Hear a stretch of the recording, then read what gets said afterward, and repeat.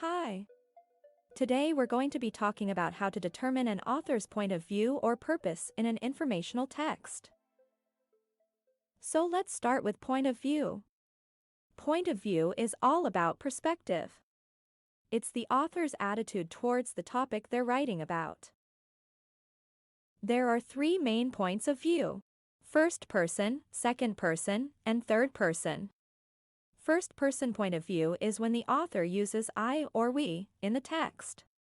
It's like they're talking directly to you.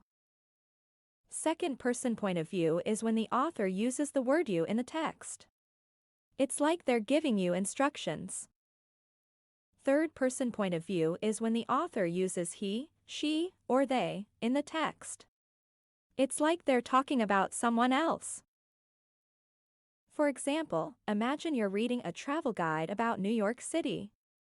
If the author is using I, they're probably talking about their own experiences in the city.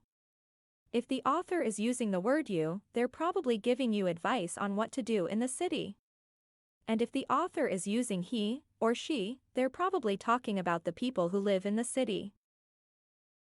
Now, let's talk about purpose.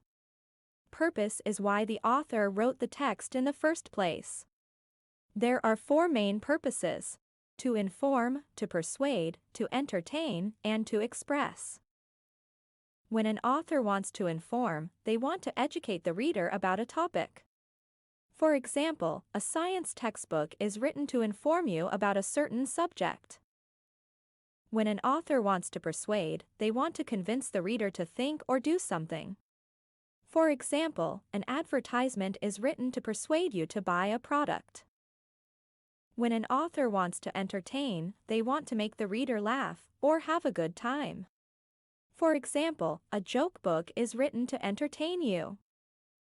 And when an author wants to express, they want to share their thoughts, feelings, or experiences. For example, a diary is written to express the author's thoughts. So, now that we know about point of view and purpose, let's talk about how they're conveyed in the text. The language, tone, and details used in the text can give us clues about the author's point of view and purpose. For example, if an author is writing about a topic they're passionate about, you might see them using strong language and opinions. And if the author is writing a persuasive text, you might see them using persuasive language and evidence to support their argument. And that's it. You now know how to determine an author's point of view or purpose in an informational text. So next time you're reading a text, pay attention to the language, tone, and details used in the text. You might be surprised at what you can learn about the author's perspective.